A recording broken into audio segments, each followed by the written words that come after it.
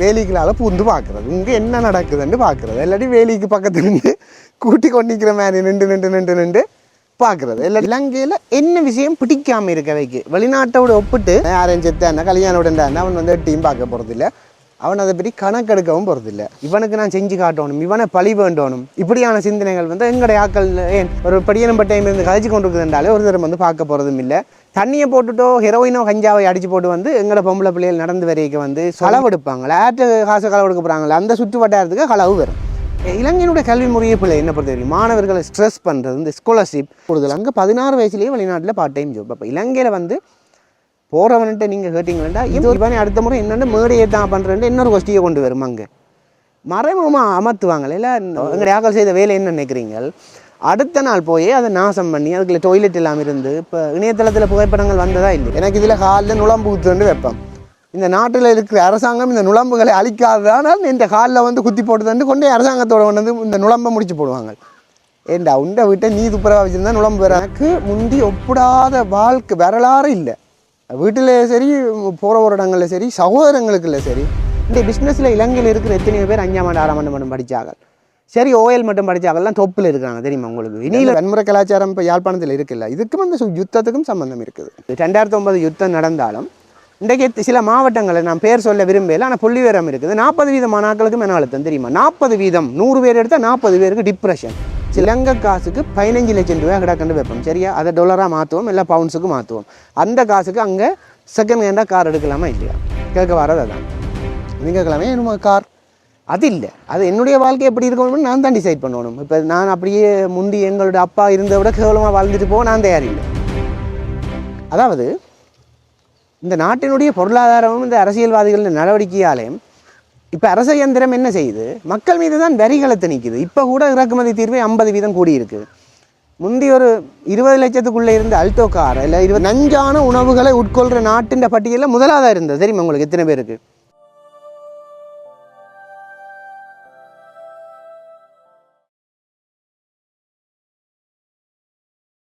தமிழ் எந்திரன் சொந்தங்களுக்கு வணக்கம். இன்றைக்கு ஒரு அற்புதமான காணொலியில் நான் உங்களை சந்திக்கிறேன். இந்த காணொலி என்னென்னு சொன்னால், இலங்கையில் எப்படி வாழ்க்கை, வெளிநாட்டில் எப்படி வாழ்க்கை என்று அன்றைக்கு ஒரு காணொலி போட்டிருப்பேன், பார்த்துருப்பீங்க. இன்றைக்கு அநேகமான நாட்கள் வெளிநாட்டுக்கு கிளம்பி போகிறது தான். இலங்கையிலேருந்து போயினம் அவன் மைண்ட் செட் ஏன் போயினம், இலங்கையில் என்ன விஷயம் பிடிக்காமல் இருக்க வைக்கு, வெளிநாட்டோட ஒப்பிட்டு இங்கே இன்னென்ன விஷயங்கள் எல்லாம் கீழ்த்தரமாக இருக்குன்னு சொல்லி அதை திங்க் பண்ணுற விடயங்களை பற்றி கதைக்க போகிறேன். முதலாவது விஷயம், ஒரு 10 விஷயத்தை பற்றி கதைக்க போகிறேன். முதலாவது விஷயம், மற்றவைய எல்லாத்துக்கும் எங்களுடைய வாழ்க்கையில் தலையிடுறது. அப்படியான ஒரு கல்ச்சர் தான் நாங்கள். நீங்கள் பார்த்தீங்கன்னா தெரியும், ஒரு கட்டுறம் கட்டுறதா இருக்கலாம், அல்லது பக்கத்தில் ஒரு கொண்டாட்டம், அல்லது எங்கட விட்டு யாராவது உறவினர்கள் வந்தால், இப்போ எங்கட விட்டு அப்படி இல்லை, பொதுவாக ஒரு நடைமுறை இருக்குது, என்ன வேலிகளால் பூந்து பார்க்குறது, இங்கே என்ன நடக்குதுன்னு பார்க்குறது. இல்லாட்டி வேலிக்கு பக்கத்தில் நின்று கூட்டி கொண்டிக்கிற மாதிரி நின்று பார்க்குறது. இல்லாட்டி அந்த இடத்துல நின்று அலுவல் நிற்கிற மாதிரி இருந்து பக்கத்தை விட்டு பூரையும் பார்க்குறது, இங்கே என்ன நடக்குது என்று பார்க்குறது. இது வந்து எல்லாருக்கும் பிடிக்குமெண்டு இல்லை. எல்லாருக்கும் வந்து ப்ரைவேசின்னு இருக்குது. ஃபேஸ்புக்லேயே இருக்குது ப்ரைவேசி செட்டிங்ண்டு. தனிப்பட்ட வாழ்க்கையில் இவ்வளோ ப்ரைவேசிஸ் இருக்குது. இது ஒரு விஷயம். இது வந்து வெளிநாட்டில் இப்படி இல்லை. வெளிநாட்டில் வந்து எங்களை விட்ட கொண்டாட்டம் நடந்தாருன்னா, யாரையும் செத்தாருன்னா, கல்யாணம் விடண்டாருன்னா அவன் வந்து டீம் பார்க்க போகிறதில்ல, அவன் அதை பற்றி கணக்கெடுக்கவும் போகிறதில்ல. எங்களுடைய ஆக்கள்கிட்ட இருக்கிற இலங்கையிலேருந்து கிளம்பி போகிற ஓரளவு படித்த படிகள்கிட்ட நீங்கள் கேட்டிங்களா, அந்த மற்றவன் வந்து இன்டர்ஃபியர் ஆகுவான் கூட. எங்களோட வாழ்க்கையை வந்து சும்மா தேவையில்லாமல் பார்த்து கொண்டிருப்பாங்க. இது முதலாவது காரணம். எல்லாரும் சொல்லுவினோம், இந்த மற்றவன் வந்து எங்களை பற்றி பார்ப்பாங்க. மற்றவன் வாழ்கிறதே இங்கே மற்றவனுக்காகத்தானே. இவனுக்கு என்ன அவமதிச்சிட்டான் இல்லை, இவனுக்கு நான் கார் எடுத்து ஓடி காட்டணும், இவனுக்கு நான் செஞ்சு காட்டணும், இவனை பழி வேண்டணும், இப்படியான சிந்தனைகள் வந்து எங்களுடைய ஆக்கள் ஏன் அவை தலையிடுறதால வருது. மற்றவர்கள் வந்து எங்களுடைய வாழ்க்கையை எப்படி இவர் ஃபேஸ்புக்கில் எப்படி போட்டுருக்கிறாரா, இவர் பெரிய ஆளோ, இவர் பெரிய பாட்டுக்காரனோ, அப்போ நானும் இதாக செய்து காட்டணும் ரெண்டு திங்க் பண்ணுற அந்த மனோபாவம் வந்து எங்களுடைய சமூகத்தில் இருந்தால் வருது. அது மற்றவன் எங்களுடைய வாழ்க்கையில் வந்து தலையிடுறது, நேரடியாகவும் மறைமுகமாகவும் தலையிடுறது வந்து பிடிக்காதவன் வந்து வெளிநாட்டுக்கு போவான். அங்கே வந்து ஒரு படியனம்பட்ட டைம் இருந்து கழிச்சு கொண்டு இருக்குதுன்றாலே ஒரு தரம் வந்து பார்க்க போகிறதும் இல்லை, கேட்க போகிறதும் இல்லை, அதை பற்றி கதைக்கிறதும் இல்லை. இங்கே சும்மா இதேன்னு ஒரு அலுவலுக்கு நின்றாலும் வீட்டில் கதை வந்துடும். இந்த மகள் வந்து இப்படியாம் பிரச்சனை கதை கட்டுறது, இதெல்லாம் வந்து தேவையில்லாத கட்டுக்கதைகள், மற்றவனை கீழ்த்தரமாக விமர்சிக்கிறது, இதெல்லாம் வந்து வெளிநாட்டில் இப்படி ஒன்றும் இல்லை. இது வந்து முதலாவதாக நான் சொல்லுவேன். அடுத்த மெயின் பிரச்சனை இப்போ இங்கேருந்து போகிறதுண்டா போதை அப்படிங்கிறதுலாம். வெளிநாட்டில் போதை ஒன்றும் இல்லையோ உண்டு. வெளிநாட்டில் இங்கே விட பயங்கரமான போதை கலாச்சாரம் இருக்குது. ஆனால் அவங்களுக்கு அவேர்னஸ் இருக்கிறதால தண்ணியை போட்டுட்டோ ஹெரோயினோ கஞ்சாவை அடித்து போட்டு வந்து எங்களோட பொம்பளை பிள்ளைகள் நடந்து வரைக்கும் வந்து சொரிய போகிறதில்ல.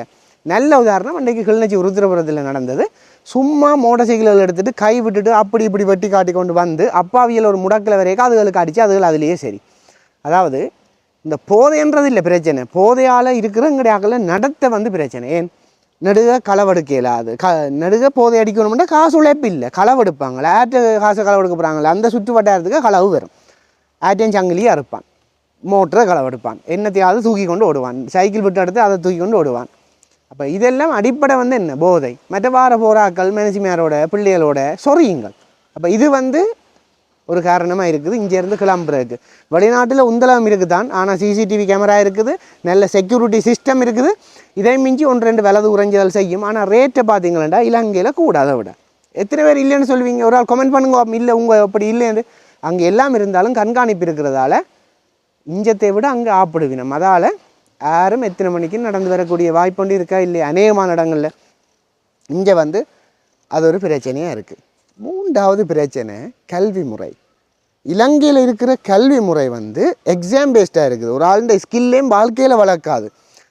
தொழிற்கல்வியை ஒரு தரம் படிக்கிற மாதிரி ப்ரொமோட் பண்ணுற மெத்தடில் கல்வி முறையே இல்லை. படிப்பிக்கிற டீச்சர்ஸே டாக்டராவா, இன்ஜினியராவா, அக்கௌண்டனாவா என்று தான் சொல்லுவேன். யாராவது ஒரு நல்ல மியூசிஷியனாவா, நல்ல கார்பெண்டராவா, நல்ல பெயிண்டராவான்ட்டு எங்கேயாவது ஒரு பள்ளிக்கூடத்தில் படிப்பிச்சா நீங்கள் சொல்லுங்கள், எனக்கு உடனே சொல்லுங்கள் இந்த பள்ளிக்கூடத்தில் படிப்பு வருதுண்டு. இல்லை, அப்போ நீயும் அங்கே அந்த டெக்குக்கு போகிறீங்க. பிறகு எல்லாம் வந்து ஒரு இலங்கையினுடைய கல்வி முறையே பிள்ளை என்ன பொறுத்த வரைக்கும். மாணவர்களை ஸ்ட்ரெஸ் பண்ணுறது, இந்த ஸ்காலர்ஷிப்பால் குடும்பங்கள் சீரழிஞ்சு குடும்பத்தை விட்டுட்டு மேனேஜ்மேன் விட்டுட்டு ஓடினா புருஷன்மார் விட்டுட்டு ஓடின வரலாறே இருக்குது. பிள்ளைகளை ஏற்ற போய் நிற்கிறேன்னு சொல்லி அந்த இடத்துல வர தேவையில்லாத தொடர்புகளால். அதாவது பெற்றார் வந்து பிள்ளைகளோட ஸ்ட்ரெஸ்ஸாக இருக்கிறது. இந்த ஸ்காலர்ஷிப்பால் ஏதாவது லாபம் இருந்தால் சொல்லுங்க.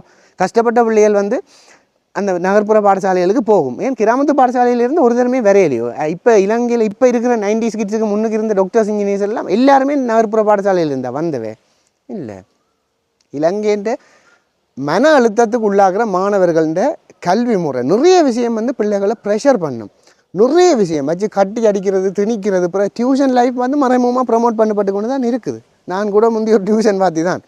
அப்போ கல்வி முறையே இலங்கையில் வந்து நிறைய பேருக்கு பிடிக்காது. அங்கே வந்து ஸ்கில் தான் பார்ப்பாங்க.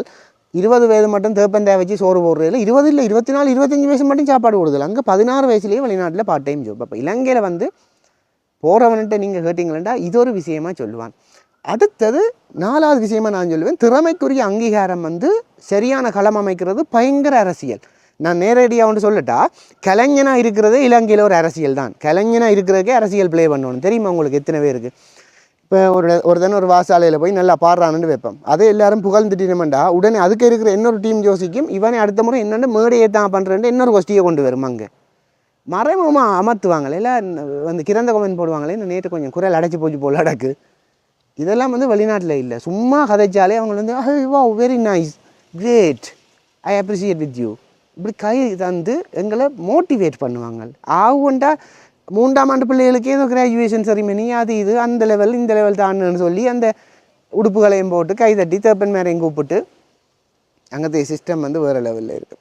இங்கே வந்து இந்த விளையாட்டு இல்லை. அங்கீகாரம் வந்து கிடைக்காது. வாழ்க்கையில் அங்கீகாரம் கிடைக்கிறதுக்கு எங்களுக்குரிய பாதையை நாங்கள் தான் உருவாக்கணும். இப்போ எனக்கு ஒரு ஆடியன்ஸ் வேணுமென்னு சொல்லி இன்னொரு ஆள்கிட்ட நான் போய் கெஞ்சவே. இப்போ நான் வந்து சமூக வலைத்தளம் ஆரம்பித்தது என்னுடைய கலைத்துறை பயணத்தை கொண்டு போகிறது தானே.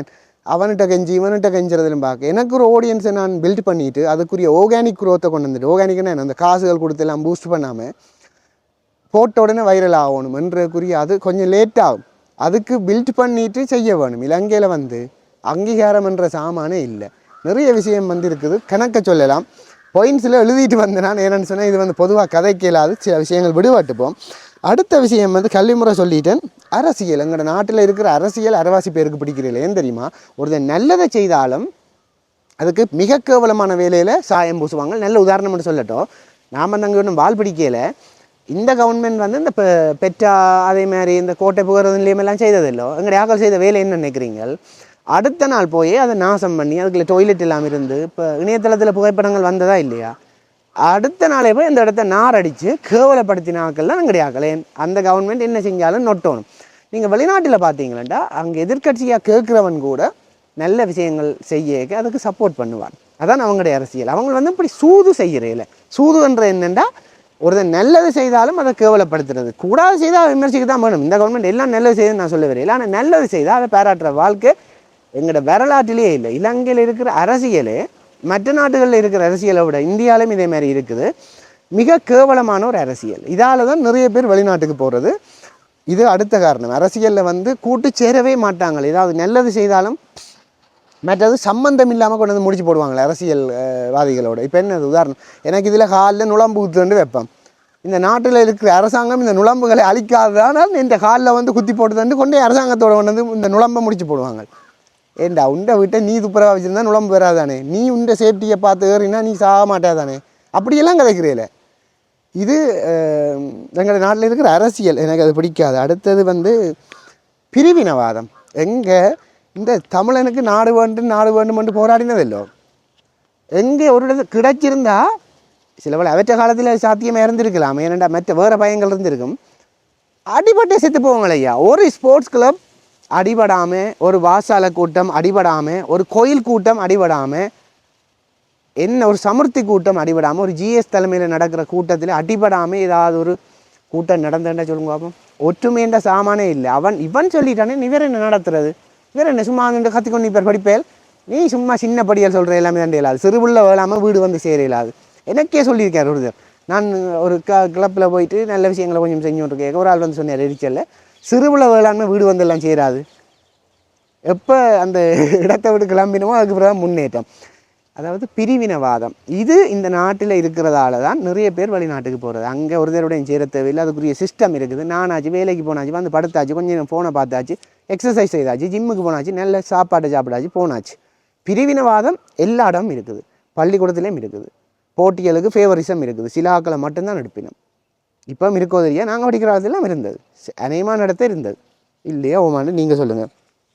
அடுத்தபடியும் ஒப்புறதையா, ஒவ்வொரு பிள்ளைகளுமே ஒவ்வொரு டேலண்ட். எனக்கு முந்தி ஒப்பிடாத வாழ்க்கை வரலாறு இல்லை. வீட்டில் சரி, போகிற ஒரு இடங்களில் சரி, சகோதரங்களுக்குள்ள சரி, என்ன தம்பி அப்படி செய்கிறான், தங்கச்சி அப்படி செய்கிறான், அவன் பக்கத்து வீட்டுக்காரி அப்படி செய்கிறாள், நீ சும்மா திரிகிற, அங்கே திரிகிற, இங்கே திரிகிறேன்ட்டு ஒப்புறது. அது என்னென்னா வாழ்க்கைன்ற புரிதல் இல்லை. வாழ்க்கைன்ற ஒரு நேர்கோட்டில் இப்போ நான் சிலவளை முன்னுக்கு தொடங்கியிருப்பேன், இடையில நின்றுவேன். இன்னொரு இடையில தொடங்கி தான் அங்கால சைன் பண்ணும். நான் சொல்ல வரது பாடசாலை காலத்தில் சைன் பண்ண எல்லாரும் அவங்க வாழ்க்கை முடிஞ்சுன்னு சொல்லுவீங்களா? இந்த பிஸ்னஸில் இலங்கையில் இருக்கிற எத்தனையோ பேர் 5ஆம் ஆண்டு 6ஆம் ஆண்டு மட்டும் படித்தாங்க. சரி, ஓஎல் மட்டும் படித்தாங்கலாம் தொப்பில் இருக்காங்க தெரியுமா உங்களுக்கு? இனியிலண்டு தொப்பில் இருக்காங்க. மிச்சாக்கள் இருக்குது விதிவிலக்கா. படிப்புக்கும் வாழ்க்கைக்கும் சம்மந்தமே இல்லை. ஒப்புடுறது படிப்பு, விளையாட்டு, திறமை. அங்கே அவன் நல்லா பாடுறான், அங்கே அவன் நல்லா ஓடுறான், நீ ஏன் ஓடையில, நீ அதுக்கு என்ன செஞ்சுருக்கிற, நீ அதுக்கு அவ்வளோ இன்வெஸ்ட் பண்ணியிருக்க அவனுடைய டைம் உங்களோட பிள்ளையோட. ஒப்புடுறதால வெளிநாட்டில் ஒரு நேரம் ஒப்பிட போகிறது இல்லை. அந்த எல்லாத்துக்கு இங்கே இருக்கிற மாதிரி கேவலமான முறையில் ஒப்பிட போகிறது இல்லை. அங்கேயும் ரேசிசம் இருக்குன்னு சொல்கிறாங்க தான். ஆனால் இங்கே ரேசிசம் இருக்குது, ரேசிசம் இல்லாமல் இப்போ ஃபேஸ்புக்கை பார்த்தா சரி, பழையபடி ரேசிசம் தொடங்குது, பயங்கரமாக தொடங்குது. ஆமாம், இது எங்கே போய் முடிய போதோ தெரியாது. ஒப்புறதால நிறைய பேர் வெளிநாடு போகிறது. இலங்கையில் இது ஒரு பிரச்சனை. அடுத்த முக்கியமான பிரச்சனை வந்து 30 years war. சரியா, வடிவாக கேளுங்க இந்த கதையை, வடிவாக கேளுங்கோ. ஏன் சும்மா வந்து வகுப்படுக்கிறது இல்லை யாரும், இலங்கையில் இருக்கலாம் தானே, பிடுங்கலாம் தானே என்று. 30 years வாரால் அந்த செல் சத்தங்கள், வெடிச்சத்தங்கள், அந்த சத்தத்தை கேட்டோடனே டிகராகிற நிறைய பேர் இருக்கிறான் தெரியுமா? ஏதோ ஒரு வெடிச்சத்தம் கேட்டோன்னா நான் போராட போகிறேன்னு கத்தி மனநோயாளியாகிற நிறைய பேர் இருக்காங்க. அது மட்டும் இல்லை, இந்த வன்முறை கலாச்சாரம் இப்போ யாழ்ப்பாணத்தில் இருக்குல்ல, இதுக்கும் அந்த யுத்தத்துக்கும் சம்மந்தம் இருக்குது. என்னென்னா அந்த காலத்தில் நாங்கள் வாழ்ந்தாங்க. இப்போ யுத்த காலத்தில் என்ன நடக்கும்? புத்தூருக்கு ஆமி வந்துட்டானோம்னா சரி தென்மராட்சிக்கு வருவோம். பிறகு தென்மராட்சிக்கு வந்துட்டானோம்னா சரி வெண்ணிக்கு ஓடுவோம். வெண்ணிக்கு வந்துட்டாங்கன்னா அப்படியே முள்ளத்தீவான ஓடுவோம். எங்களை யாருக்குன்னு பிரச்சனை என்னென்னா தொடர்ந்து ஒரு இடமும் நின்று யோசிக்கிற மாதிரி எங்களோட கம்யூனிட்டி வளரையில். அந்த இடத்த தக்க வச்சுக்கொண்டு அடுத்த கட்டத்துக்கு ஓடுறது. மற்றவனை பெரிய யோசிக்கிறதே இல்லை, விட்டுட்டோ என்னவோ போயிடுவோம் அடுத்த கட்டம். அதால் சமூக பற்று இல்லை, நாட்டு பற்று இல்லை, மற்ற வேலையும் அக்கறை இல்லை. இது கடைசியாக இப்போ பக்கத்து வீட்டுக்காரர்லேயும் ஒருத்தர்லேயுமே அக்கறை இல்லாத கட்டம் வந்துட்டுது இப்போ. அதாவது என்ன, தப்பி போகிறது, இடம்பெயர்ந்து போகிறதால தொடர்ச்சியாக 30 வருஷம் ஒருத்தனுக்கு இடப்பெயர்வும் யுத்தம் நடந்தால் அவன் வந்து அதுன்ற பிள்ளைகள் குட்டிகள் எல்லாம் என்ன நல்லா இருக்கிற நீங்கள் யாராவது சொல்லுங்க அப்போ. சரி, விளக்கம் சொல்கிறீர்கள், வெளிநாட்டில் விட இங்கே இருக்கலாம், அது கொள்ளலாம்னு. எத்தனையோ பேருக்கு எத்தனையோ நிறுவனங்கள் எச்சரிச்சு இருக்குது. இன்னும் ஒரு 30 வருஷம் அதுன்ற தாக்கம் இருக்குமா? என்னது 2009 யுத்தம் நடந்தாலும் இன்றைக்கு சில மாவட்டங்களை நான் பேர் சொல்ல விரும்பல, ஆனால் புள்ளி விவரம் இருக்குது. 40% மாணாக்களுக்கு மன அழுத்தம் தெரியுமா? 40%. 100 பேர் எடுத்தால் 40 பேருக்கு டிப்ரெஷன் சில மாவட்டங்களில். எந்த மாவட்டம்னு சொல்லல தானே, அநேகமான மாவட்டங்களில் இருக்குது. புள்ளி விவரம் இருக்குதா, சும்மா சொல்லல.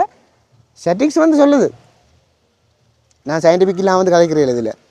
அப்போ அந்த மன அழுத்தம் உள்ளவன் மற்றவனுக்கு சப்போர்ட் பண்ணுவான், மற்றவன் முன்னேற்றத்தை பற்றி பார்ப்பான், நாட்டை பற்றி யோசிப்பான், வேலைத்தளத்தில் அமைதியாக இருப்பான் நினைக்கிறது எல்லாம் எந்த விதத்திலேயா சாத்தியம்? யுத்தம்ன்றது ஒரு பெரிய பிரச்சனை. இதை கட்டாயம் இந்த வெளிநாட்டு உறவுகளுக்கு பகிர்ந்து விடுங்க எங்களோட காணொலியை. படிகள் எல்லாம் ஏன் அநேகமானாக்கள் கேட்குறது, என் தம்பி உங்க நிற்கலாம் தானே, பிஸ்னஸ் பண்ணலாம் தானே, ஏன்னா எல்லா ஐடியாவும் இருக்குது. என்விரான்மெண்ட் வந்து இன்னும் பில்ட் பண்ணல, சும்மா சொல்லலாம் மக்களே, பண்ணவே இல்லை, இன்னுமே பில்ட் பண்ணல. இது ஒரு பிரச்சனை. அடுத்தது நான் கேட்குறேன், இலங்கைன்ற பொருளாதாரம். இலங்கை காசுக்கு 15 லட்சம் ரூபாய் கிடக்கண்டு வைப்போம், சரியா? அதை டாலராக மாற்றுவோம், இல்லை பவுன்ஸுக்கு மாற்றுவோம். அந்த காசுக்கு அங்கே செகண்ட் ஹேண்டாக கார் எடுக்கலாமா இல்லையா? கேட்க வரது அதான். நீங்கள் கேட்கலாமே என்னமோ கார், அது இல்லை, அது என்னுடைய வாழ்க்கை எப்படி இருக்கணும்னு நான் தான் டிசைட் பண்ணணும். இப்போ நான் அப்படியே முந்தி எங்களோட அப்பா இருந்த விட கேவலமாக வாழ்ந்துட்டு போக நான் தயார் இல்லை. அதாவது இந்த நாட்டினுடைய பொருளாதாரமும் இந்த அரசியல்வாதிகளின் நடவடிக்கையாலேயும் இப்போ அரச இயந்திரம் என்ன செய்யுது, மக்கள் மீது தான் வரிகளை திணிக்குது. இப்போ கூட இறக்குமதி தீர்வை 50% கூடியிருக்கு. முந்தி ஒரு 20 லட்சத்துக்குள்ளே இருந்த அல்டோ கார், இல்லை 24 லட்சத்துக்கு இருந்த அல்டோ கார் இப்போ 70 லட்சத்துக்கு போயிருக்கு. இலங்கையில் ஒருத்தன் மிச்சம் பிடிக்கலாமா? 70 லட்சம் உழைக்கலாமா? எந்த பிஸ்னஸ் பண்ணுறேன்னு நீங்கள் சொல்லுங்கள். பெரிய ஒரு பிஸ்னஸ், அதாவது பெரிய அதிசயமாக தான் இருக்கும். நான் சொல்கிறது விளங்குது அவங்களுக்கு. இலங்கை காசுக்கு 20 லட்சம் ரூபாய்க்கு வெளிநாட்டில் கார் எடுக்கலாம், செகண்ட் ஹேண்டாக எடுக்கலாம். 20 லட்சத்துக்கு இலங்கை காசுக்கு வெளிநாட்டில் கார் எடுக்கலாம், செகண்ட் ஹேண்ட் கார் எடுக்கலாம், நல்ல கண்டிஷனில் எடுக்கலாம். இல்லைன்னு சொல்கிறார்கள் சொல்லுங்கள். இதால் தான் படிகள் யோசிக்கிறது என்னந்து, உங்கள் கனவே சொல்லுவீங்க கடன் அது இதுன்னு சொல்லி. அப்படி இல்லை, அங்கே ஹார்ட் ஒர்க் பண்ண தான் வேணும்.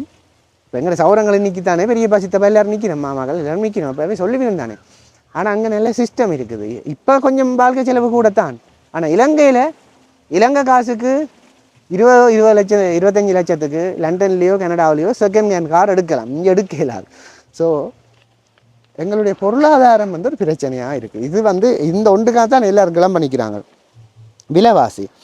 அடுத்தது வந்து இப்போ என்னை பொறுத்த வரைக்கெல்லாம் நான் வந்து அந்தண்டு வாழ்ந்துட்டு போகணுமென்று நினைக்கிறாள். இப்போ நான் அங்கே அது கிளம்பினேன்டா நல்லா செலவழிப்பேன். வைஃபுக்கோ என்னோடய வாராக்களுக்கு தெரியும், என்னோட பிளங்கின நேரத்தை மிச்சம் வச்சாக்களுக்கு தெரியும் என்னை பற்றி என்னண்டு. மற்றவைகள்லாம் நல்லா வேண்டி கொடுப்பேன், நல்லா சாப்பாடு எல்லாம் வேண்டி கொடுப்பேன். வயிறு ஆறணும், சரியா?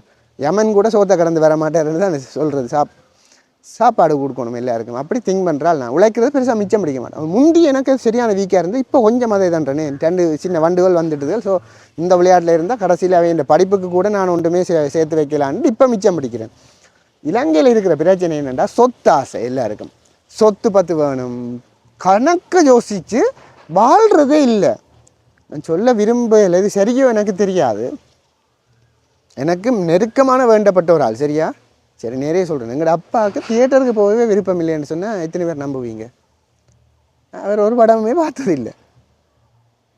அப்போ நீங்கள் கேட்கலாம், என் படம் வந்து கேட்கலாம். நீங்கள் இப்போ மென்டல் ஹெல்த்தையும் நாங்கள் பார்க்கத்தானே வேணும், மனத்தின் ஆரோக்கியத்தை. கோயிலுக்கு போனான்னு என்னென்ன சில படங்கள் என்டர்டெயின்மெண்ட்டு இவ்வளோ பெரிய இண்டஸ்ட்ரியே இருக்குது, ஹாலிவுட் பாலிவுட்ன்னு எல்லாம்.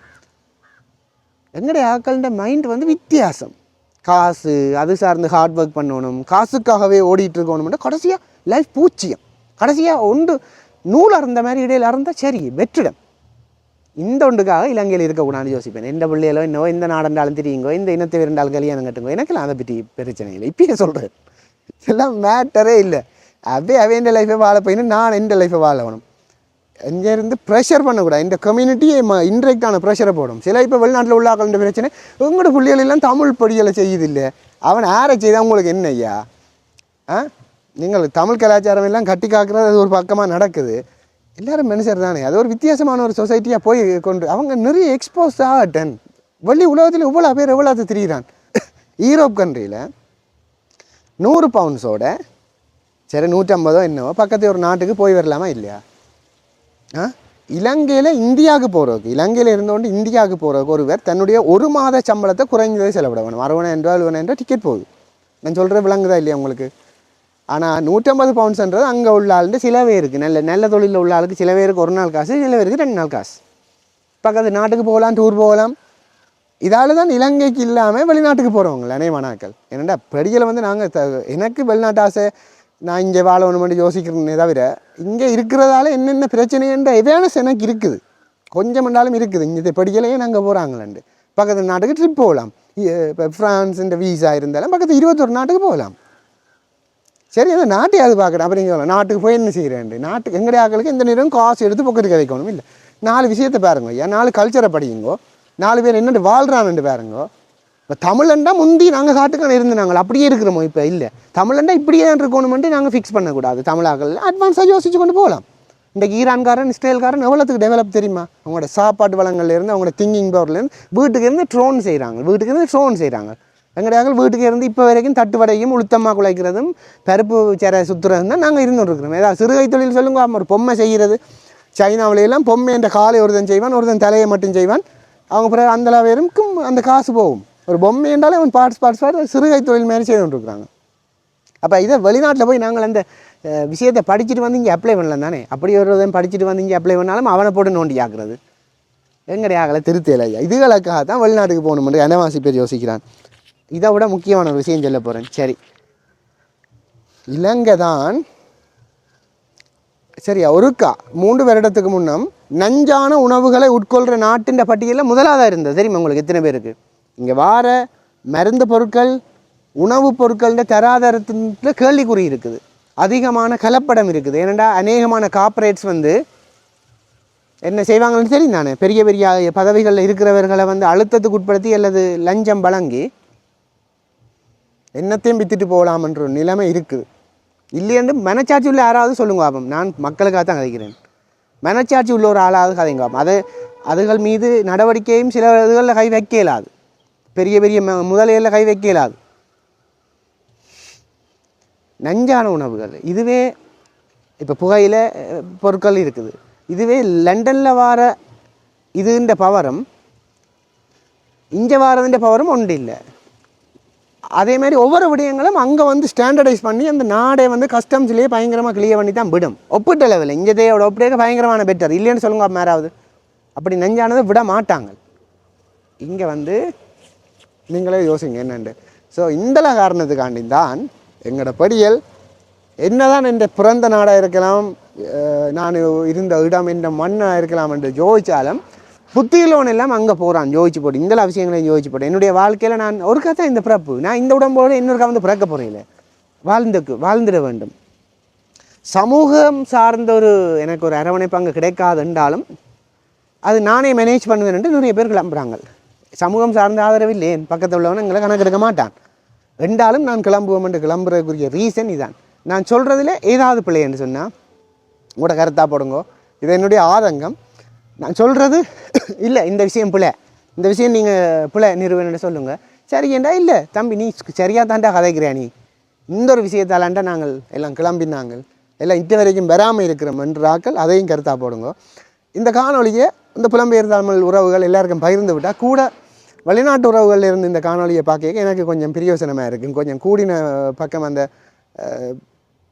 விளம்பரங்களுக்கான கட்டணம் வந்து கூட வரும். ஸோ எனக்கு ஒரு பெருமதியும் வரும். இந்த சேனலை மறக்காமல் சப்ஸ்கிரைப் பண்ணி ஆதரவு தாங்கோ.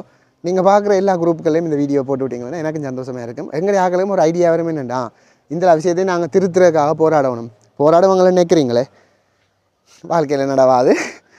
மீண்டும் இன்னொரு நல்ல காணொலியில் சந்திப்போம். மறக்காமல் சப்ஸ்கிரைப் பண்ணி போட்டு போங்க.